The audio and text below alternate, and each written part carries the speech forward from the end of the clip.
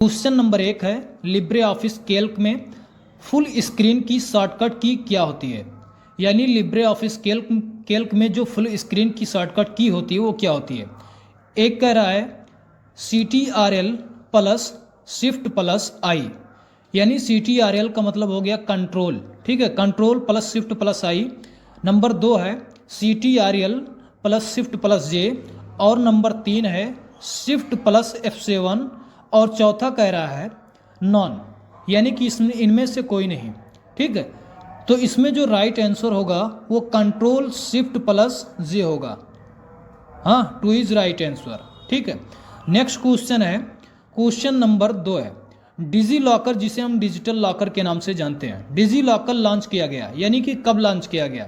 ए कह रहा 2015 में, बी कह रहा 2016 में, और सी कह रहा है 2017 में, डी कह रहा 2018 में। तो जो डिजी लॉकर लॉन्च किया गया वो मार्केट में 2015 को लॉन्च किया गया था। ये इज राइट आंसर, ठीक है। नेक्स्ट क्वेश्चन है, क्वेश्चन है डिजी लॉकर के लिए क्या आवश्यक है। पासपोर्ट आईडी, पासपोर्ट या वोटर आईडी या आधार कार्ड, या चौथा कह रहा नॉन, कुछ भी नहीं, ठीक है। तो इसमें जो डिजी लॉकर होता है इसके लिए आधार नंबर आवश्यक होता है, ठीक है, आधार नंबर लिंक होना चाहिए, ठीक। नेक्स्ट क्वेश्चन है कैरेक्टर प्रिंटर कैसा डिवाइस है। कैरेक्टर प्रिंटर कैसा डिवाइस है। ऑप्शन दे रखा है इनपुट डिवाइस, और बी कह रहा है आउटपुट डिवाइस, फिर उसके बाद में तीसरा है कॉमन डिवाइस, और चौथा इनमें से कोई नहीं। तो देखिए जो कैरेक्टर प्रिंटर होता है, कैरेक्टर प्रिंटर नाम से क्लियर है। कोई पूछ लिया कैरेक्टर प्रिंटर क्या, तो ये नाम से क्लियर है। कैरेक्टर प्रिंटर का मतलब ऐसा प्रिंटर जो दिए गए किसी भी प्रकार के मैटर के एक एक कैरेक्टर को रीड करने के बाद, पढ़ने के बाद, फिर उसके बाद छपाई करने का काम करे, उस प्रिंटर को बोलते हैं कैरेक्टर प्रिंटर। यानी दिए गए किसी भी प्रकार के मैटर को जो सभी कैरेक्टर को पढ़ ले और पढ़ने के बाद फिर छपाई करने का काम करे, उसे बोलते हैं कैरेक्टर प्रिंटर, ठीक है। इसकी प्रोसेसिंग स्पीड स्लो होती है, ठीक है। तो यहाँ पर कैरेक्टर प्रिंटर कैसा डिवाइस है, इनपुट डिवाइस या आउटपुट डिवाइस। जो कैरेक्टर प्रिंटर होता है ये आउटपुट डिवाइस होता है, ठीक है। यानी कि ये दिए गए किसी भी प्रकार के मैटर को सॉफ्ट कॉपी के रूप में रिजल्ट को प्रोवाइड करने का काम करता है, ठीक। क्वेश्चन नंबर 5 है सीडी में डाटा कितने वर्ष तक सुरक्षित रह सकता है। सीडी में डाटा कितने वर्ष तक सुरक्षित रह सकता है। सीडी यानी सीडी का पूरा नाम होता है कॉम्पैक्ट डिस्क, ठीक है। इसमें डाटा कितने वर्ष तक सुरक्षित रह सकता है। ए कह रहा है एक नंबर 50 वर्ष, 2 कह रहा है 30 वर्ष, और तीसरा कह रहा है 2 वर्ष, और फिर उसके बाद में चौथा कह रहा है 1 वर्ष।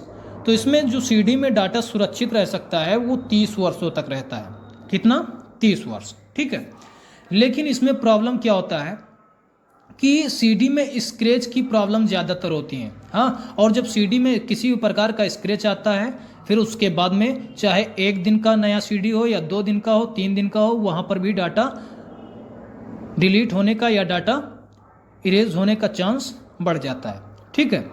नेक्स्ट क्वेश्चन है वेबसाइट संग्रह होता है। ए कह रहा है वेब पेजों का, बी कह रहा है ब्राउज़र का, और 3 कह रहा है हाइपरलिंक का, और चौथा कह रहा है इनमें से कोई नहीं। यानी वेबसाइट वेब पेजों का संग्रह होता है। ये इज राइट आंसर, ठीक है। यानी इसमें पहला सही होगा, ठीक। नेक्स्ट क्वेश्चन है ईमेल में किस प्रोटोकॉल का प्रयोग किया जाता है। TCP, दूसरा है IP, तीसरा है SMTP, और चौथा है STP।